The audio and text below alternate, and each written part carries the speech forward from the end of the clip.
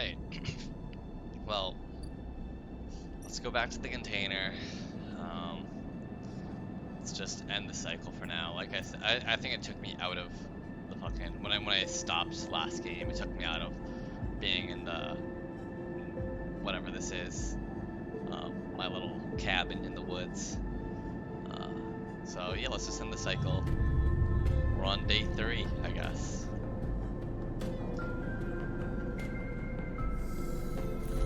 God, it does that much? Again, the skeletal ring of stations fills your mind. It sparkles with glittering lights like stars reflecting in a winter lake.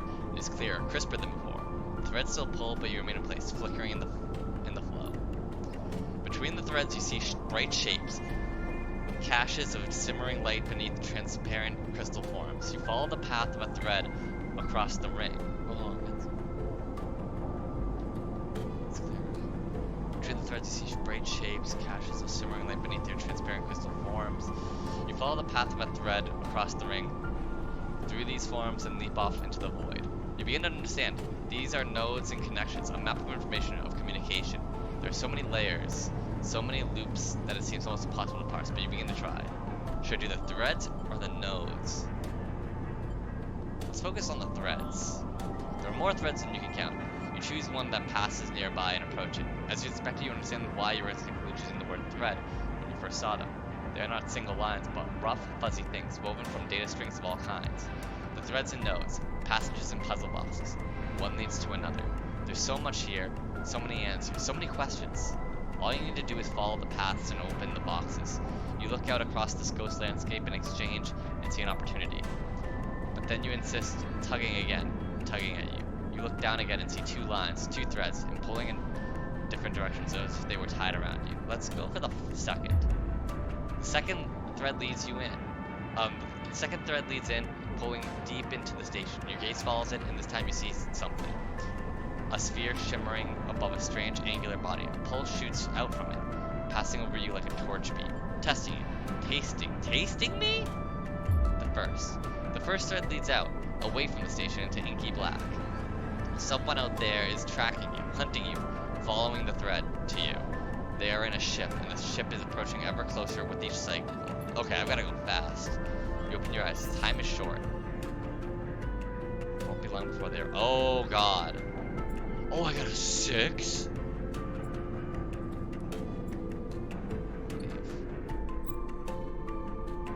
Something has changed inside you. You can now access the iCloud, the data cloud of the eye, a network of decaying protocols and data caches. While there you can use dice and items to access systems and extract data, but be careful, these networks are old and strange. Click the I button at the top of the screen to toggle this view on or off. I button.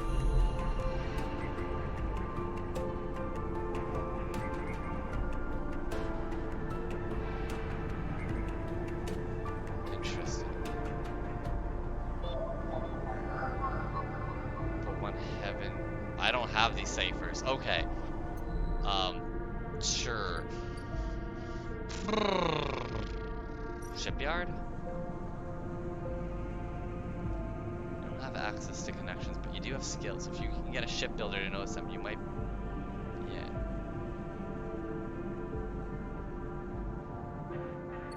Okay.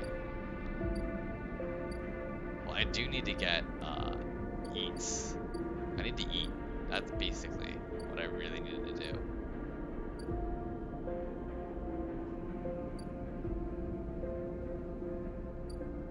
Drago's shipyard.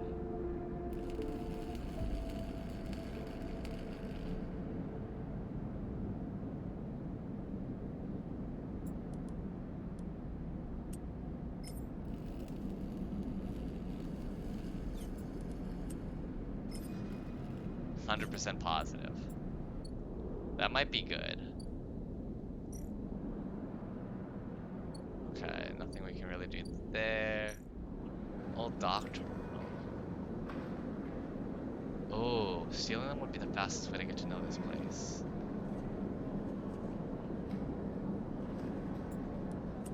Well, let's get to know this place then. Steal the dock plans. Hell yeah. You get to know the Rotunda doesn't mean new places to visit, but it means keeping your eye on new arrivals too. So we did it. Leave. So now we know everywhere? A stranded mercenary. Wow, we have oh my god. We know everywhere now. Well, that's actually kind of handy.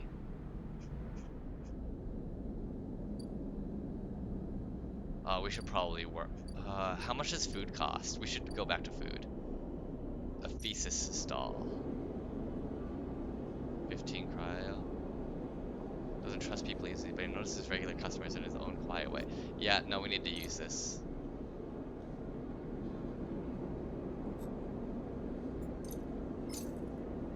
Let's order some fungi.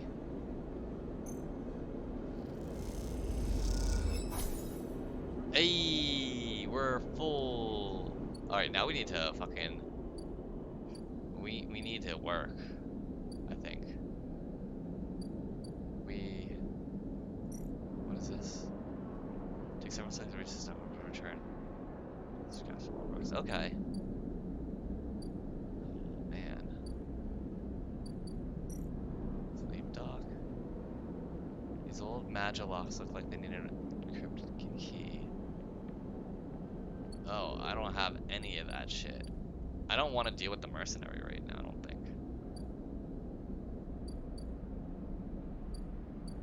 Let's go to the shipyard. We need to make some fucking money. Hull dissection.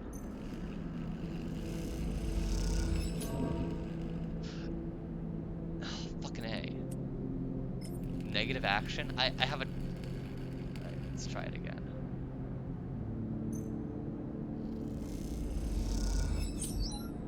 Back in business, baby. Beneath the pockmarked hulls, you find hidden containers. Okay, cool. I got 30. I'm just barely surviving here. Or maybe that's the way you're supposed to play it. Let's talk to the mercenary now. Hey you, wanna earn a chit? Yeah, well, yeah, actually we do. Akita stands beside a huge plate of tied together hull plates. She stretches out her back, her shoulders bulging beneath her flight suit.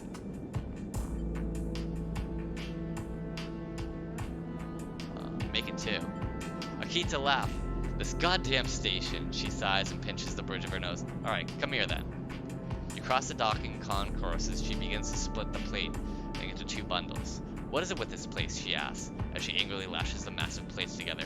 Everyone wants their cut. She straightens up to an imposing height, her armor plates creaking, and looks you up and down. Or is it just that you all think I'm an easy mark? We all need to survive. Kita softens. I get it. I do. She shakes her head. But if I could go just one cycle without some jumped up grifter trying to take me for an idiot, then that would be nice. Kita hoists one bundle of plating onto her shoulder. Come on then. Enough chat. You gotta earn those credits. You struggle to shoulder the plates, but you do eventually. Akita gives you a look. Ship's this way, and she sets off down a gantry at impressive speed. As you catch up to her, she turns down a passage, pushing through a small crowd of steve doors.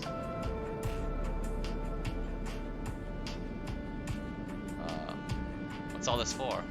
Oh, this? She nods at the plates on her back. I'm building a treehouse. She gives you another of her looks. It's for the ambergris, the cutter you might have seen sitting silent out there. The cutter? What is a cutter? Who's amber? I don't know any of this shit. She rapidly turns another corner as you trail behind. She got cut up pretty bad on our last job, and I had to moor up here for a spell.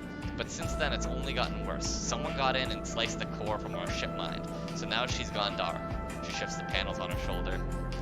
The upshot is that I'm short one slip mind, with a ton of repairs to do, and the rest of the crew signed off for the moment they got wind I'd be stranded, so yeah, it's been a time. Anything I can do to help? I don't know. Got a ship mine tucked away on that frame of yours? For a moment, you aren't sure if she's serious. I don't know what a ship mind is. Akita swings the plates from her back, almost knocking you over in the process. This is me. She hauls the second bundle off your shoulder. You're the first person I met here who might actually be considered helpful. She pauses, chewing her bottom lip. Look, you want to help? Come see me. I need a hand putting Amber back together, and you don't seem like the type to try anything stupid. She passes the bundle of plates through the ambergris outer lock and then turns back. Just don't go spreading all this around. Ankita throws you a couple of chits. She gives you a parting nod and ducks through the doorway. Alright, get out of here, she calls back. The lock slams shut. There was just two. New drive discovered. Fix the ambergris. Okay.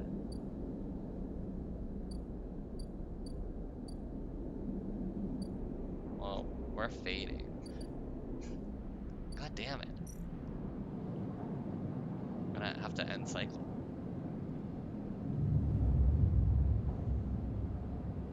That was a quick one. Ugh! I only have two now!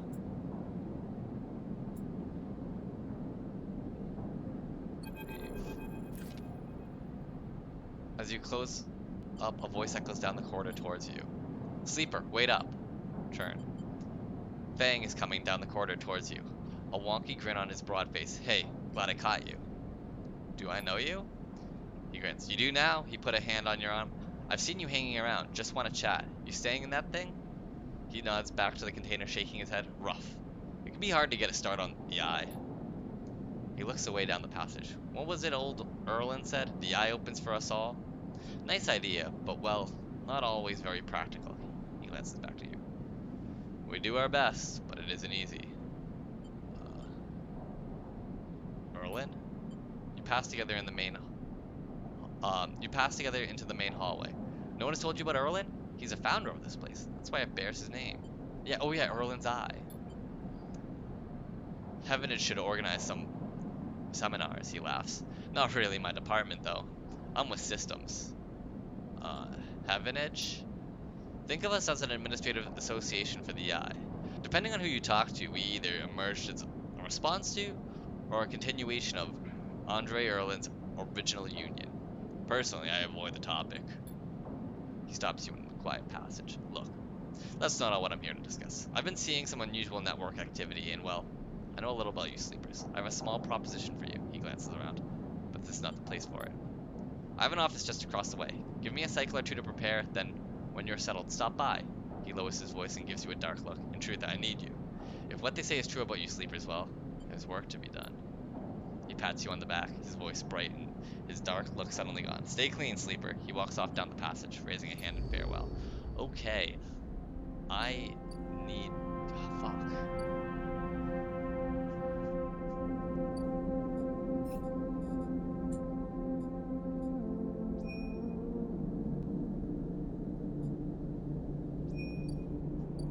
Oh, I can get stabilizer? Yeah, let's go talk to the doctor. The first thing you see on entering is the glint of Toshiro's implants, like a cat's eyes in the dark corner. He nods you in as you arrive at Sabine's door. The entryway is still dark and you push through the sheeting into the surgery. I have it, Sabine stands with the case open in front of them. A set of vials lined up inside, separated by foam inserts. They pick one up, rotating it in a warm light. I have no idea how Yadigan... They trailed off. We should treat this with caution. It looks authentic, but I have no idea if it really is what it appears to be. I don't care. I'm dying if I don't. I appreciate your enthusiasm, but we need to be careful. Unfortunately, I'm not sure we have another choice than just for you to sit on the bed. The stabilizer works under a similar principle to an immunosuppressant in a transplant operation, in that it stops your body from rejecting the unfamiliar part of itself. In the case of your frame, the unfamiliar part is each of your biosynthetic organ groups, which over time are identified by your body as a foreign material and therefore must be eliminated. Sabine holds up a vial of the would-be stabilizer. However, unlike an immunosuppressant, the stabilizer doesn't do this by limiting your entire immune system. Instead, it re-encodes your biosynthetic organs with new protein chains, which act as passcodes within your immune system. Well, it re-encodes your bioorgans with new protein which act as passcodes within your immune system. The stabilizer refreshes those passcodes, keeping your frame from rejecting all of its organs. Passcodes? In very basic terms, yes. Look, what matters here is that the stabilizer should be able to encode any organic or biosynthetic matter to be accepted by your immune system. I glance away, at least if the stabilizer is genuine. The only way to know for sure is to inject the vial. They begin to ready the syringe. I'll start with a small dose to limit the risk. Okay, let's do it. Sabine cracks the glass neck of the stabilizer vial and uses a syringe to extract a fraction of the liquid. They tap the syringe and you watch as if any sign might emerge from the clear liquid. You barely feel the needle, your frame registering the initial injection but with little response. A sensation begins to spread from the site, a fizzing, trembling wave that disperses through your arm with incredible speed. Your vision goes white, and when it returns, Sabine appears encased in shards of speckling light that slowly fade into darkness as you settle back against the bed. You swim in darkness. Muffled noises like an argument heard from underwater, prickling waves of cold. When you sit back up, Sabine is sitting in a chair by the window, facing away from you, backlit by the glow of their slate. Awake? What happened? The stabilizer is genuine. They sat down beside the bed. I don't know how Yadigan acquired a case of this stuff, but they did. Sabine looks troubled, distracted. You should rest some more. Wait, is Yadigan a guy or a girl? Oh, is this another, like, they, them, motherfucker? They're trying to, like, I feel like they're trying to keep it ambiguous, so we just don't know who Yadigan really is. You should rest some more, but you are going to have to do that somewhere else. They gesture to the door. I have other patients, sorry. Sabine nods towards the case. I'm afraid I can't offer you any more doses. You're going to need to pay for your next dose. Silence fills the room, and they return to their glowing slate. Looking around the room, it seems different somehow, as if things have moved or shifted. I wonder how long you've been out. Sabine? Nothing comes free, sleeper. Remember that. You manage to get to your feet and wander out into the hallway. The queue stretches down the flickering corridor. Toshiro stands impatiently by the door and fixes you with a glare as you leave. You lower your eyes as you stumble past, somehow faintly aware of the station spinning beneath you. Okay, so we're stable now. Well, now we need to eat. Now we're hungry. Alright. Eat. Hey. Energy plus fungus fan. We are a fan of the fungi. Alright. Shit.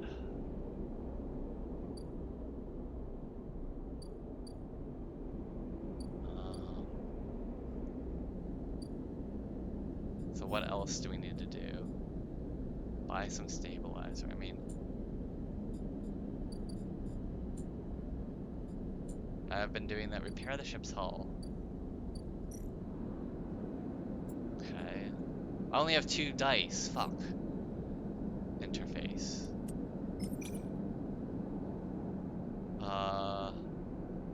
Oh, I can only do this once. I don't like that, actually. Engineer.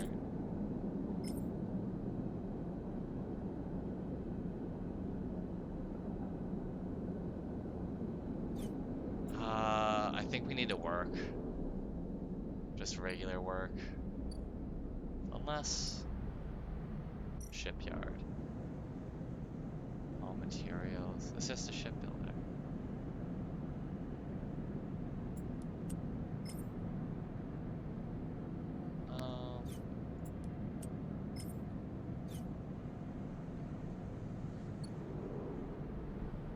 Let's see. Okay, that seems to be it then. We don't wanna...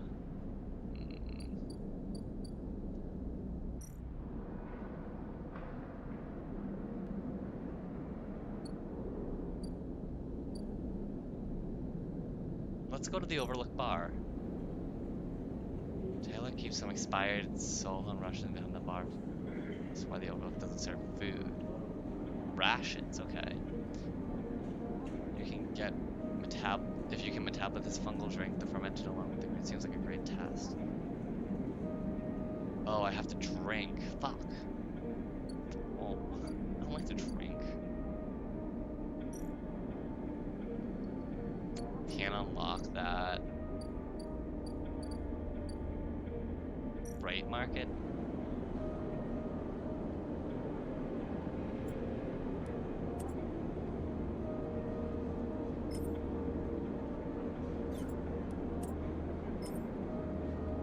Let's try. Explore the market. Are you fucking serious? God damn it.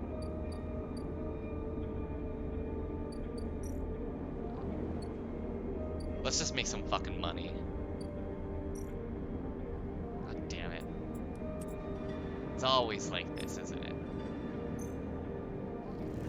Alright, what do we do? Neutral. Back in business. Takes you a while to get a handle drive. Does it quick before long you're precisely. At least we're kinda getting close to finishing that up. Damn. Alright, let's go to Betty by time. We're really like going through the cycles now. Oof.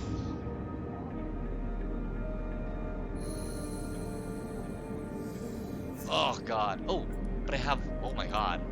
That's a lot actually. Okay, well, we should eat first. Eating is definitely important here. And.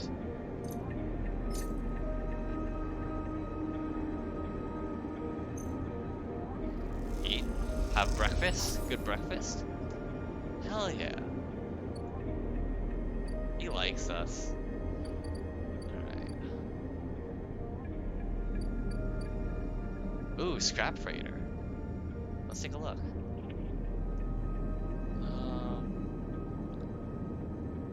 Buy some scrap. Most of what comes in from the stores, but sometimes something value can be considered. The big stuff goes to the shipyard, but the valuable stuff to the market. They'll let you buy a few crates, but not much more. They'll stay docked for as long as many seconds it takes to offload.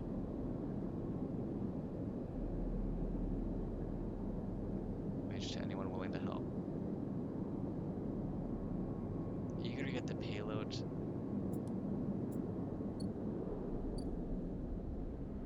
What's this? Fang.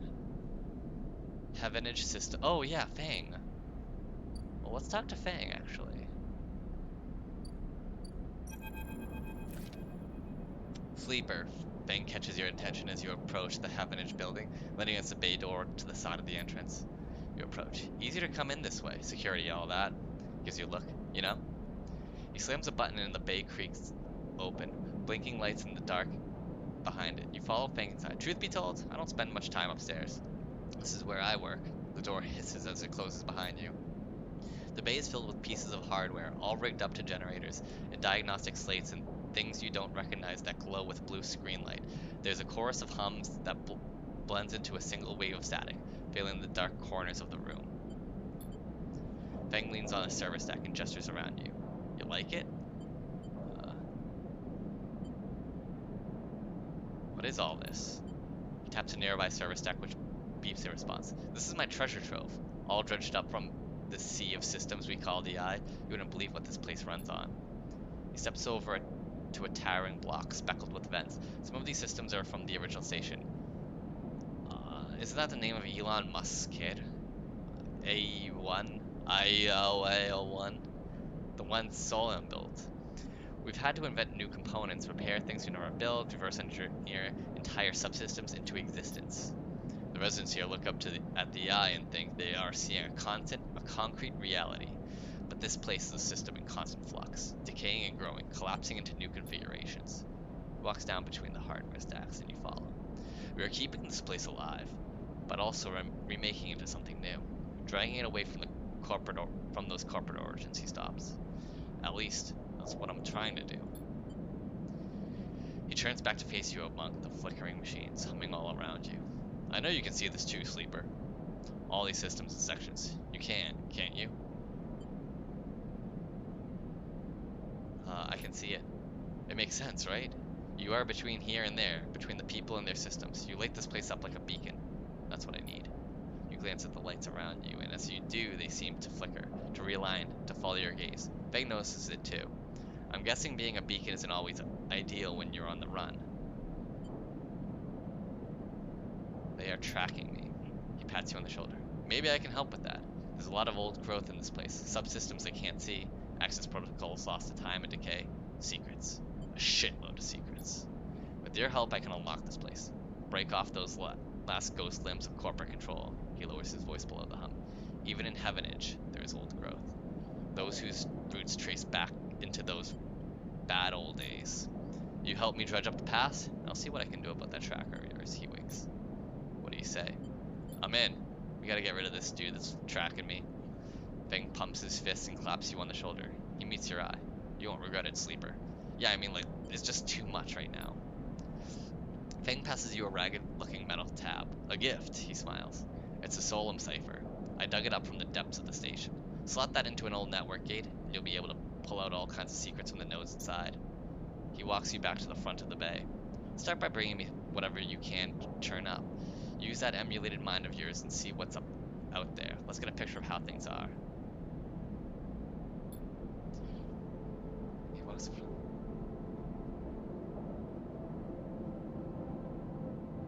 The Solum cipher. Dug it up from the depths. Those above, he nods at the ceiling. Now granted me an acquisitions budget. I can pay you for whatever useful data you bring in. I know you need it. He slams the door button again. Keep it quiet and keep it clean, sleeper. I'll see you soon.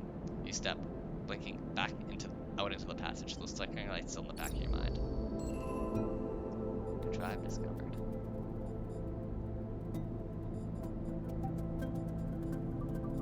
Extract the past. So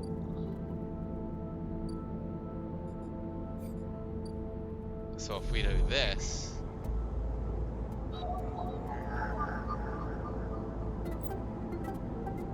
data actions allow you to extract data from the networks of the eye. They work like dice actions, but in order to unlock, you must match your dice to the... Oh, hold on. Alright, sorry about that. I had to go give Misty a walk and then just do random house shit that I needed to get done. But oh shit, I forgot to do my rituals before I come back down. I always try to keep my phone plugged because I never plug in my phone anymore. I don't know about you, but the older I get, the more I used to be very religious about keeping my phone always plugged in. Maybe it's because my battery life was always like 2 hours, so it was always on a charger. But now, like, I mean, battery's not great, but I just don't plug it in. Like, I don't plug it in at night, just randomly here and there. So it's always kind of low, and then I have to keep on charging my Fitbit because that has somewhat of a battery. Like, I feel like the Fitbit I have is great because it lasts a few days, right? Like maybe like 3 or 4 days. But I feel like anything more powerful than the Fitbit I have, you need to charge it daily, and I hate that. I do not want to charge my watch daily. That's just fucking annoying. Okay, so let's go back to it. Tutorial data actions allow you to extract data from the networks of the eye. They work like dice actions, but in order to unlock them, you must match your dice to the one displayed on the right of the action. If you have a +1 or +2 model, you will be given the more possible dice to match. Ooh. Use any dice to match the dice displayed.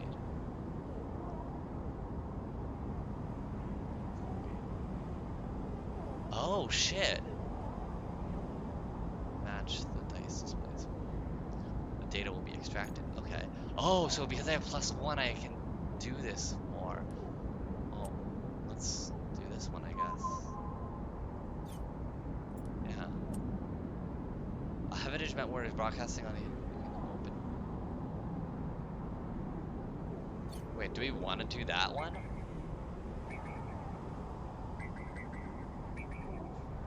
Okay, so there's multiple Heavenage agents.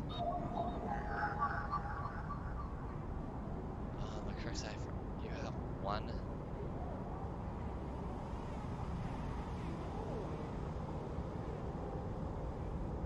Oh. The original system. Well, okay, so there is a Heavenage. Not here. This data here is part of a cache tucked away during the collapse. Who hid this and for what purpose?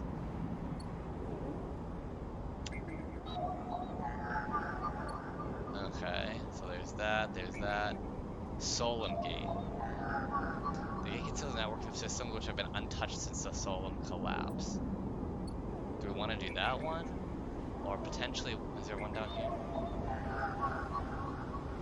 Some gang forces and plants are chirping out comm signals. Time to see what they're talking about. Ooh, perfect. We want to use a 1 because 1s suck. Bypass. So it's a 1 or a 3, that's perfect. Perk, transfer, intercept. Extract data. Hell yeah. Control outcome, Yadigan data. Data skin from Yadigan hardware. Okay, cool. So this is where I like shine, I guess. Is by doing this. No pulse faint lizard mines cryo at a glacial place abandoned by the hacker that repurposed it. Okay. So if we have a 1 or 2 next day or two, we can do that.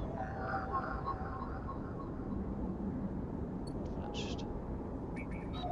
Let's do that then. Let's put the cipher here.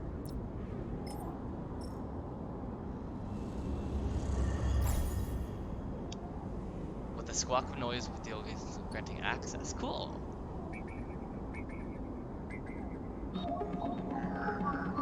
Access protocol. The node is connecting.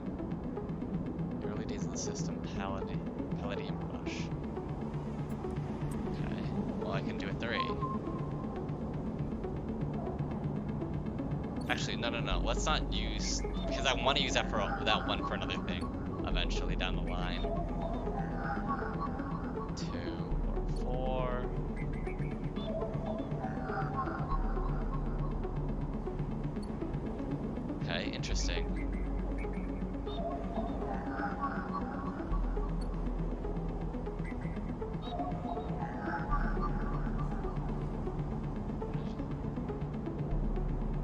Yeah, let's do that actually. Extract data. Now we have raw data from Heavenage hardware and Yadigan hardware. Okay, that's pretty good, I think. As you drift back from the node, something latches onto you, a thread. Strung tight around you, it tethers you in place, a taste. The voice makes you shiver. Is source somehow both distant and close behind your ear? Let the data go. The cloud, okay. You see a distant light. You see a distant glint of light shut off, and then suddenly, a shape is at your side. It stalks around you, circling like a shark, like a wolf. Entity unknown.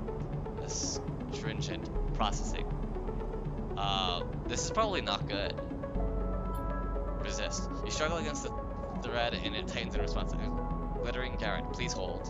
Oh god. What the fuck is this thing? The thread around you thickens until it is a ring, a cylinder. A tunnel of light circle around you that is blinding for a moment, and then it is gone. As it fades, you see a figure, a creature in front of you. Its strange head flickers between different angles, reading you. What did you do? Sentient protocol unraveling. It's a hunter. I guess it's like, it's kind of like adware, I guess. Like, it's a program looking for people who are trying to hack into the system.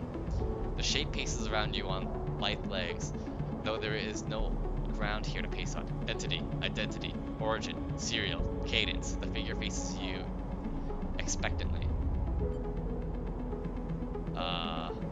Sleeper, SNR, unknown. So you don't know what a unknown, known. So it doesn't know what a sleeper is, maybe, but it knows what SNR. But the figure's strange head rotates. Brackish signature, of and not of. Attempting interface. As the figure speaks, more threads begin to spiral from its head. Thick, snaking vine-like ribbons that flex and weave. They approach with intent. Stop!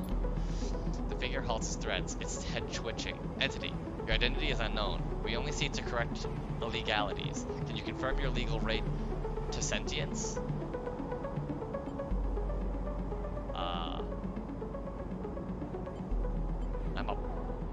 I mean, I really can't. But I'm a person. Incorrect. You're an entity. All at once, the hunter's head is directly in front of yours, blocking your vision. You stink of their taste. The one from the sealed dock. Hunter shimmers with fury. I will find access. I will interface. Sealed dock? An entity hides in the rotunda. You are its puppet. The hunter extends a razor edged thread. I will not be diverted from my task. It closed with murderous intent. Strike. You lash out with all your force. Not a physical strike, but a focusing. A spike of interference leaping out like the tip of a spear. Hunter stumbles, shifts, and separates. Wake up. You open your eyes, blinking back into the station light, shaking with fear. Let's wake up. Okay, Fang? We gotta talk about that, my dude.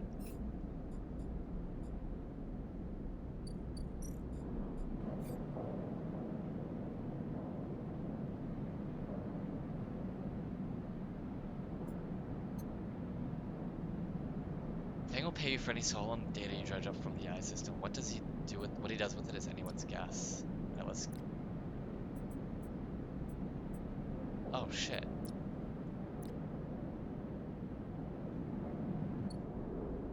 Oh, I guess that's not what I need to do. Okay.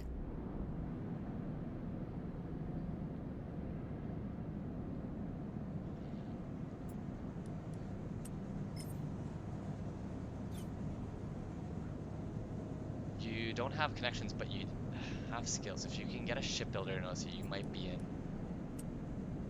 Alright, let's do it. It's just a shipbuilder.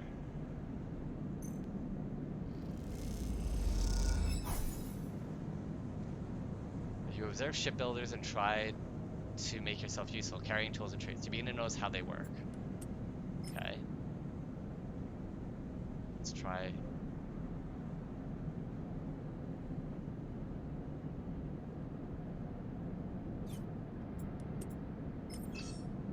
Ooh. But this looks pretty good. Let's try it. Let's haul materials now.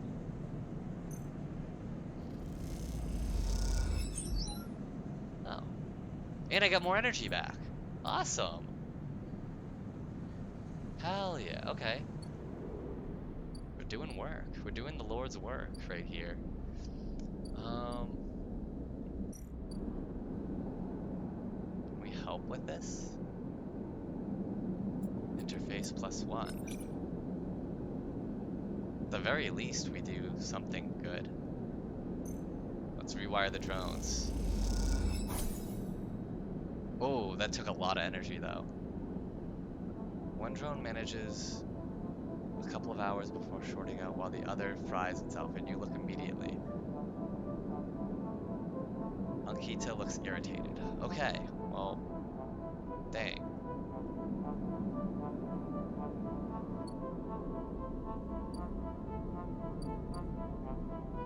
Okay, we should probably eat. Give me some fucking fungi, my dude.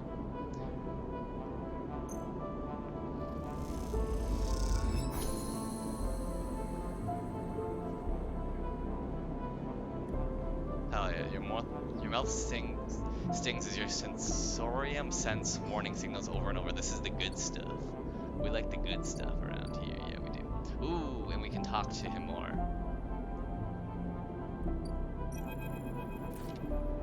Sleeper, Memphis calls out to you, a booming voice that echoes through the corridor. Tell me a story. He throws a handful of shot mushrooms into his wok, the fire leaping up to meet the oil. I see you, cycle in, cycle out, but we never speak. Tell me a story. What kind? Any kind. He pauses to drizzle something from a plastic bottle into the wok. But one of yours. He looks up at you. Nothing stolen. You pause. The spice is rich in your nostril, and think about the kind of story you'd like to tell Memphis. You look at Memphis, the listener, and imagine he has heard it all before. Perhaps you would enjoy a strange story, perhaps something with some spice. Let's tell a ghost story. We like to tell spooky stories in the dark. You start simple. You tell Memphis about the routines and structures of life as a sleeper. The SNR assignments, the freezing cold transport shuttles, the endless tedious days of work. You make it almost sound normal, as if you weren't also struggling with your new bodies, your fractured minds, your harrowing depersonalization. This is for effect. Then you explain one assignment, a scrap detail in a facility left to rot for hundreds of cycles. The idea, you tell Memphis, was to rip the place to pieces, turn it all to scrap, and load it into fighters. Most of it was machine work, but they sent a couple of you down deep into the facility on a special order to find the mainframe and disconnected. You leave a dramatic pause for emphasis. Emphasis sake. Honestly, you leave a dramatic pause for emphasis. You lean in a little, so the smoke of cooking fills your nostril. You tell him of the way the place moved, the way it shifted and changed in front of you, the way corridors twisted and pulsed like intestines, and at the rotten heart of it all, you tell him what you found. An empty suit, from which erupted a mass of metal, like a tree, like a forest. Great trunks of ripped steel exploding from the faceplate. Buttresses of silicone stretching up into the shadows. Buttresses is such a weird word. And a mainframe that screamed when you cut it out. Emphasis finished cooking and squinted a little at you. Sleeper, he smiles. You're quite the storyteller. He eyes you, and you realize that he's trying to gauge how honest you have been in your story. Emphasis passes you the meal he cooked, and you take it gratefully as you talk. Natural exchange. Oh, dude. No, don't tell me that's a free meal. Thank you, Sleeper. He looks around at the empty mark, but my time is done for today. I do not want to keep you longer, so I make a proposal. He gestures to the plastic boxes of ingredients stacked behind his stall. These are good enough for most, but someone told me a story that made me think a couple of cycles ago.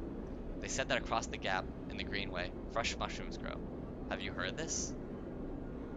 Said that across the gap in Greenway. No, I haven't. Neither had I. So in Greenway.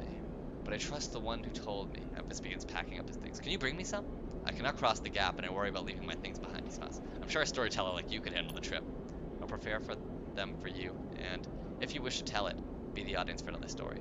Agreed. Good, booms Emphasis. Then I'll wait for you to bring them. Emphasis slides his walk away and straightens up. I'll prepare a recipe then, Sleeper. Good luck with your foraging. You turn away and walk back into the main market. The rich taste of his stories. Blah, blah, blah. Okay. Let's take a look at the surgery place. Oh my god, it costs so much. That's a lot of fucking money. Jesus Christ. The Greenway. Okay. No completed drives, damn.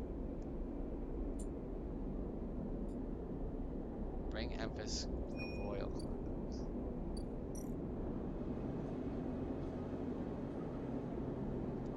These three. Okay.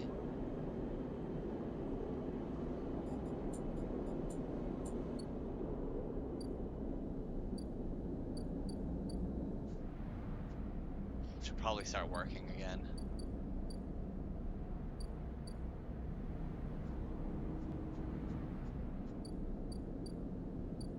I need to sleep. I need to sleep. Okay, I'm gonna go sleep. Good night, everyone.